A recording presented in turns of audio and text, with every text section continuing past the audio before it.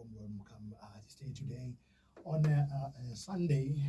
This is how we get to get into our beautiful program. It's called Disability Matters. My name is Kai Lamini, and of course I am not alone. I am with my host. Mandla Metula. How are you doing, Mr. Matulu, today? Doing great, Ngozi, and we hope our dear listener is also doing so well. We are very much thankful for the listener for tuning in today in our edition of the Disability Matters. We're truly much honored as we're going to be diving into rather pretty much important, very much important conversation that connects to significant global observances.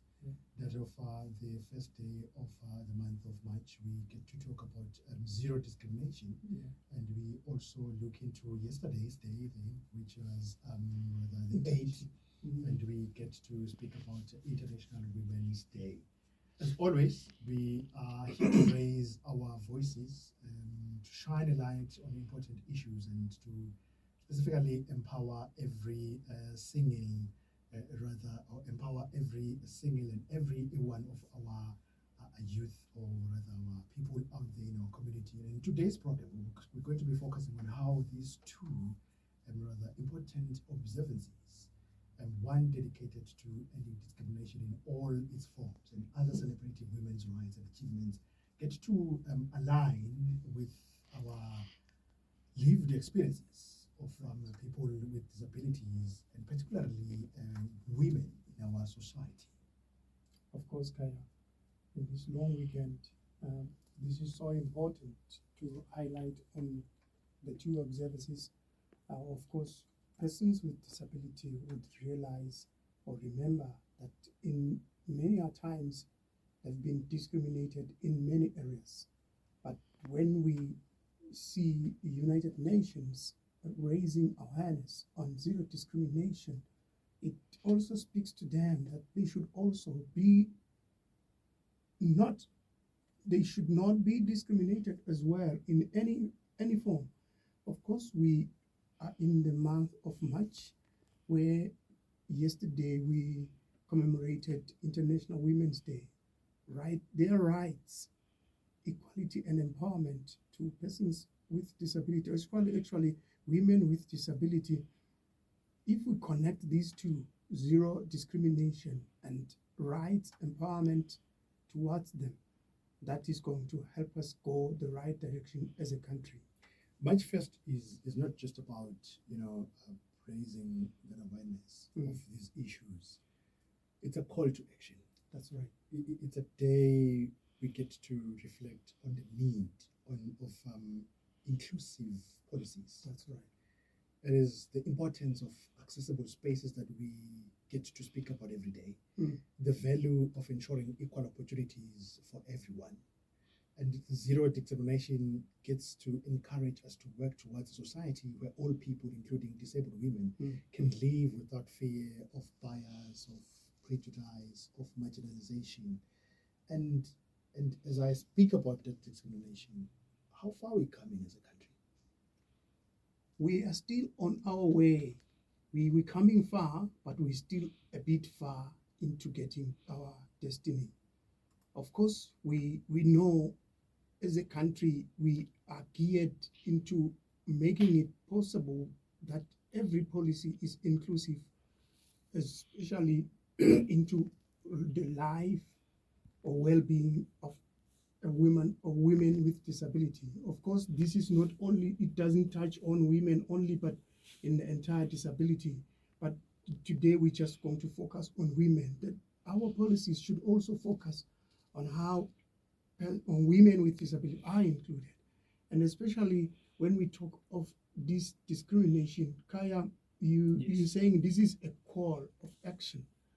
And the attitudes that are out there, if they could realize that even the world is calling for action towards eradicating discriminating people, let people be in a way or live a life that will say to them, you are comfortable if you are here, you are free to come to this area, you are free to go to that activity.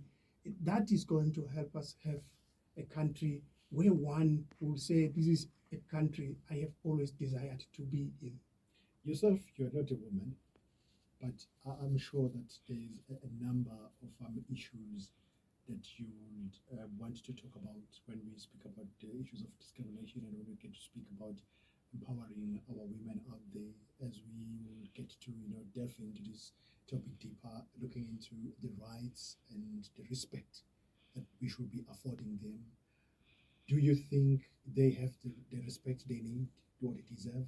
If we zero it down to our family setups, our women, or yes, women with disability, as of before they even get engaged into being a woman, the youth with disability, our parents would say, I don't want my child to be mingling with other children, because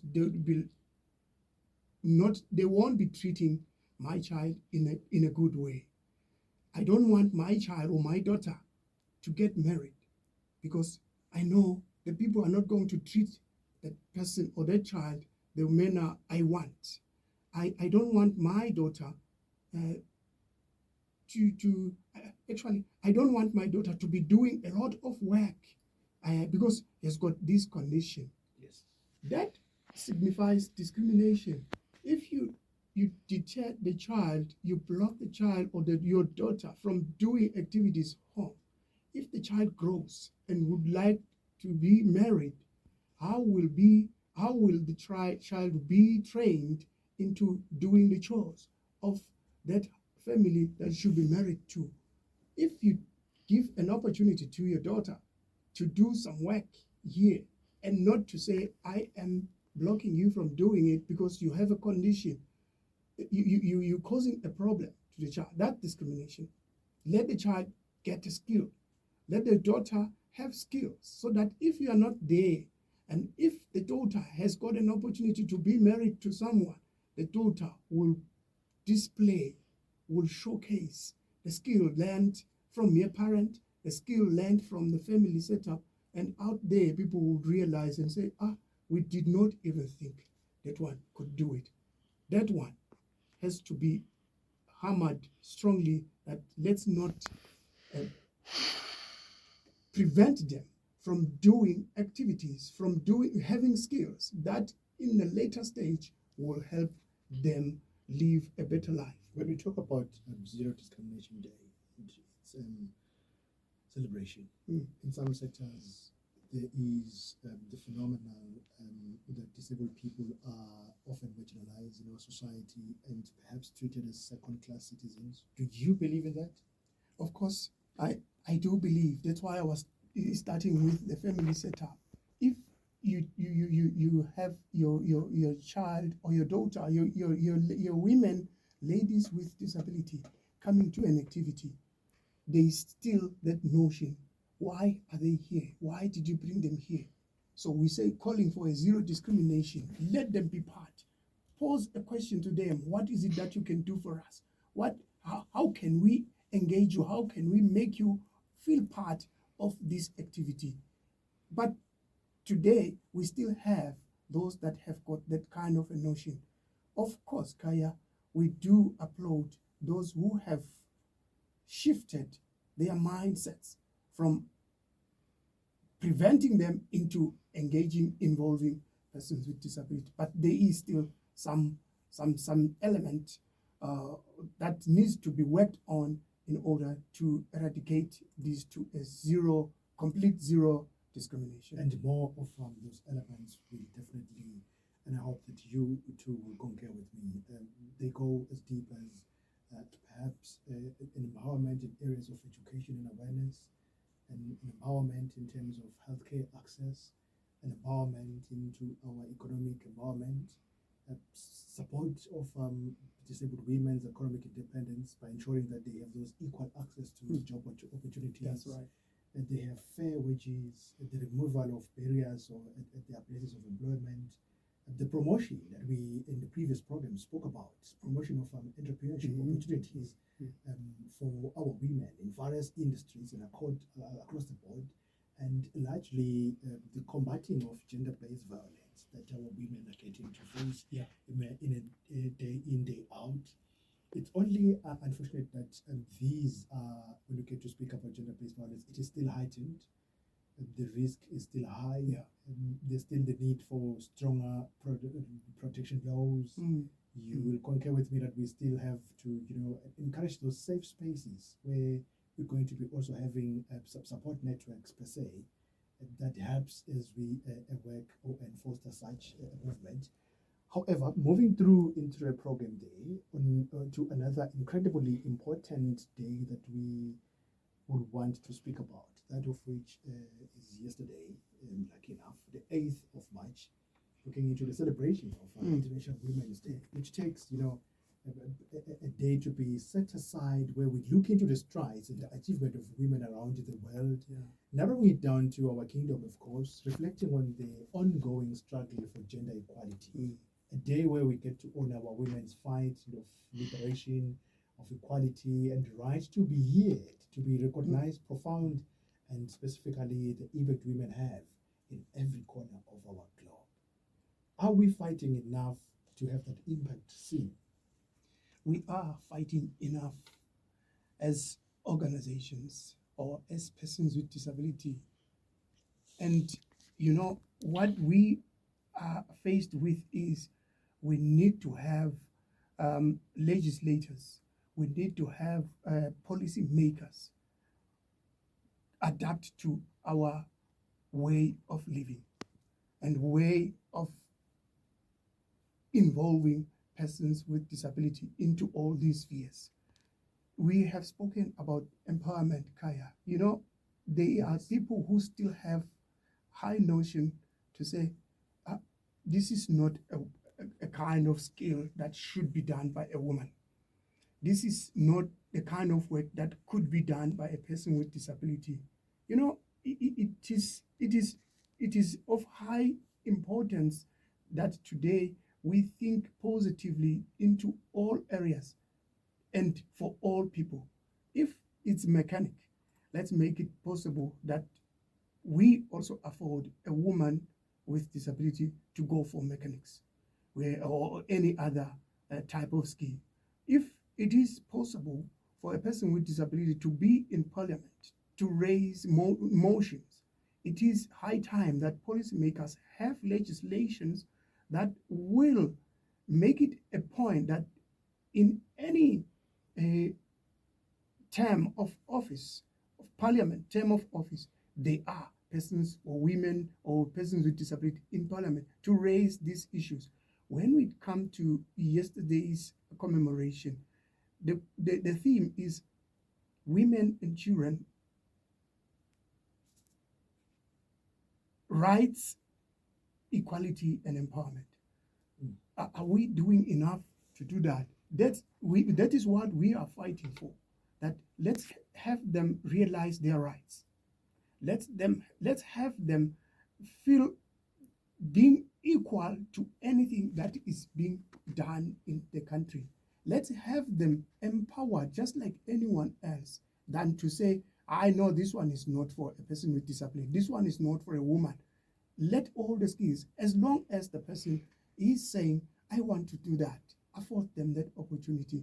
And we are calling for that. And we appreciate that even the Deputy Prime Minister, like we have said in previous programs, the initiative of finding out how many persons with disabilities are there with skills and how many people are willing to take them up into their institutions, so that we see their showcasing of skills that they are capable of doing it. Let's make it a point that all institutions in the country, that is our plea and a call for all institutions to have a certain portion of including persons with disability, women, and all persons with disability in their sectors, so that we are going to see them empowered. We are going to see them realizing their rights as persons to have, to have their well-being realized as a country, and also being equally included or involved in all what is happening in the country. As you narrate, I get it that this issue is unfortunately a double barrel tragedy, if Yeah. perhaps I will borrow such words. Yeah. Because first, our women are discriminated because of the gender. Yeah. And in our patriarchal society. And secondly, due to their disability. And you find that there's a lot that is going to be reduced in terms of accessibility, as you just earlier on mentioned. However, the unfortunate part is that we find that their voices are not even heard in the corridors where we hope they should be, or we, by understanding it by right, they should be heard. Talk about feminist movements. Yeah. We are always encouraging all the setups that are in the country to make it a point that they mainstream persons with disability.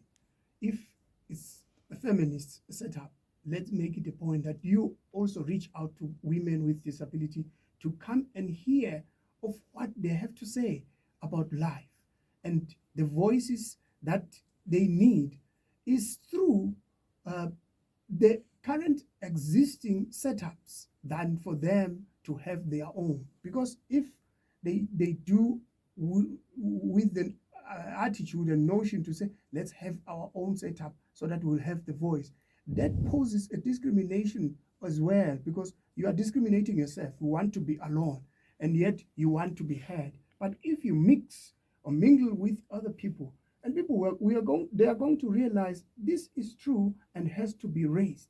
And if you are together with other people, it will be simply and easily heard that this is a call for, or a cause for concern for everyone, to make it a point that it is addressed. And as you come to that one, Kaya, I wanted to go back a little bit to touch base on the gender violence. Most of our women with disability the women with disabilities rights are being violated, especially those who have intended to be married to other people. They have feelings, they want to have family as well. But one thing that they get discriminated, it comes from their parents. I don't want my child to get married there. And if the child forces on or their way to that next level of getting married, the families that they come to, they tell their, if is a woman, they come to their young man to say, why did you bring this kind of a thing in my house or in my home? They are being referred to as things. Why did you, where do you think, do you mean to tell me that there were no other women that you could marry than to go for a woman with disability? Being with an impairment does not mean that you cannot have a family. It does not mean that you cannot be a woman enough to have children, to raise a family together with your husband without an impairment. So that one, that's why we started with zero discrimination. We're calling for zero discrimination. Our parents should not choose for us as men or as young men for as to who should we marry. We have to choose on our own who to marry and who to, because we have to choose who I want to live with, than for my parent to say, no, not that one, not from that house, not from that family.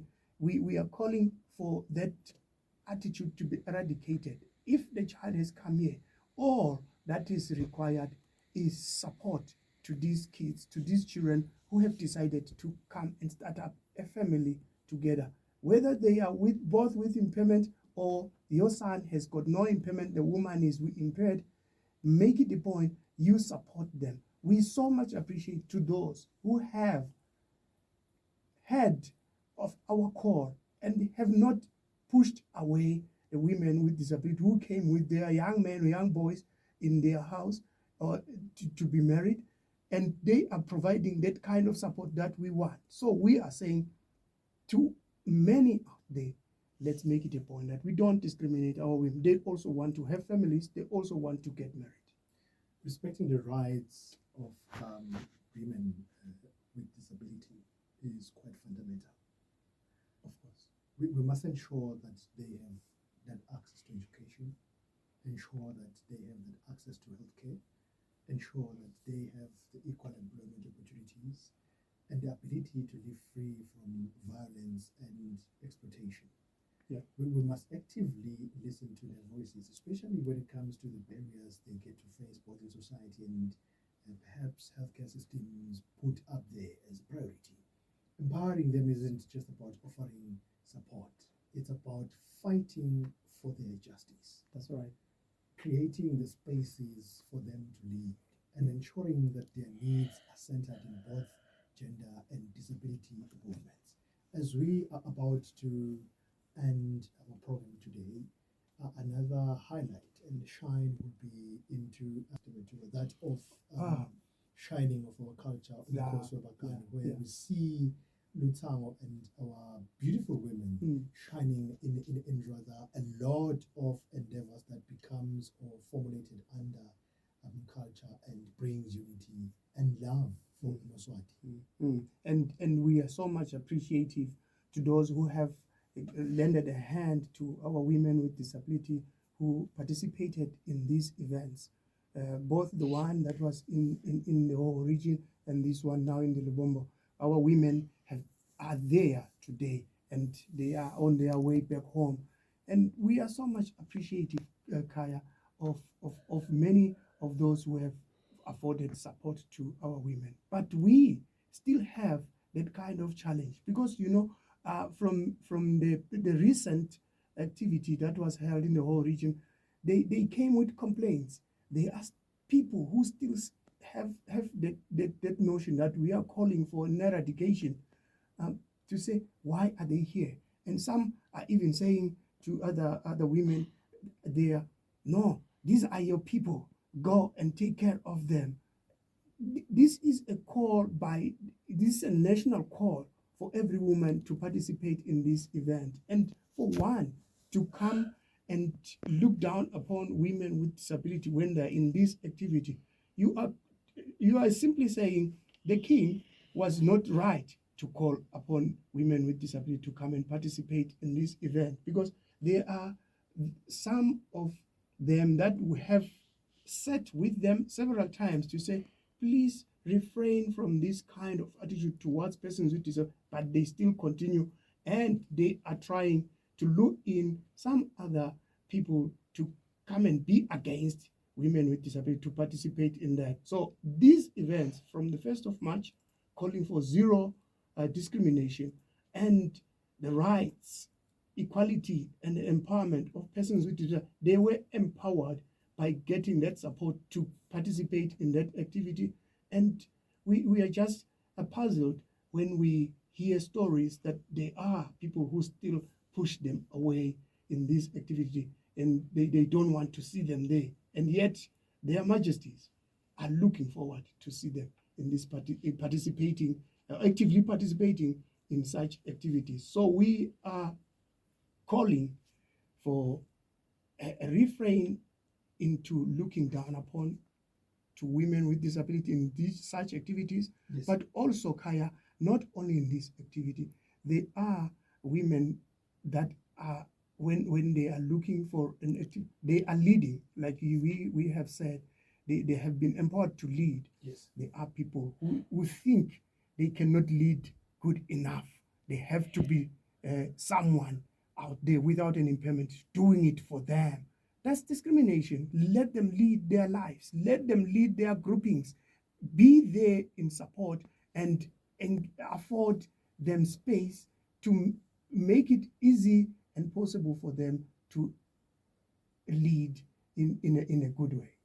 Unfortunately, we are coming right to the end of our beautiful programming again for this beautiful edition on a Sunday. A repeat will be definitely coming your way right on Wednesday at 9 a.m. As we come to a close of our today's program, a reflection and a highlight is that we should remember the words of all those activists that are there pioneering in such endeavors. We should remember the words of those leaders who have come before us.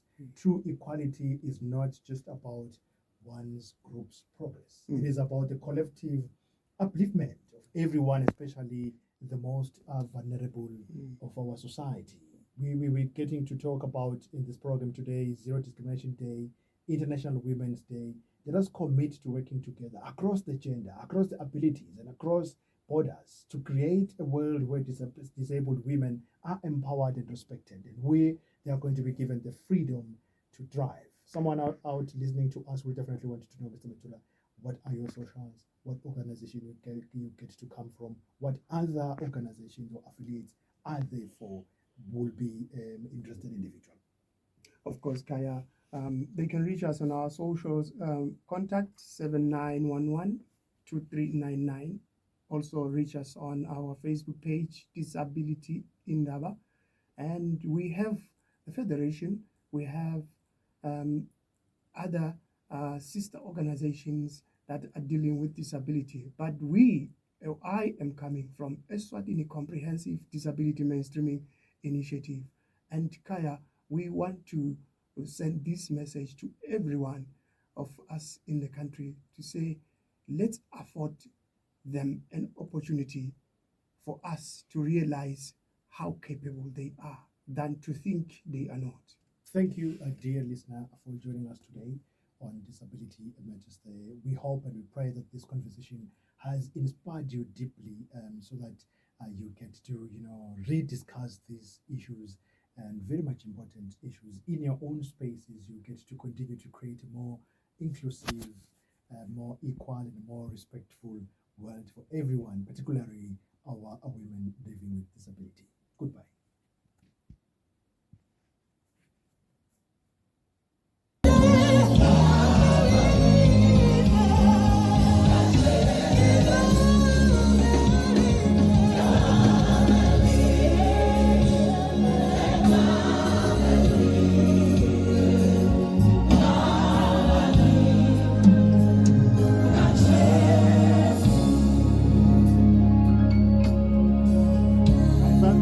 Qualify the last 2 minutes. Yeah, and then go.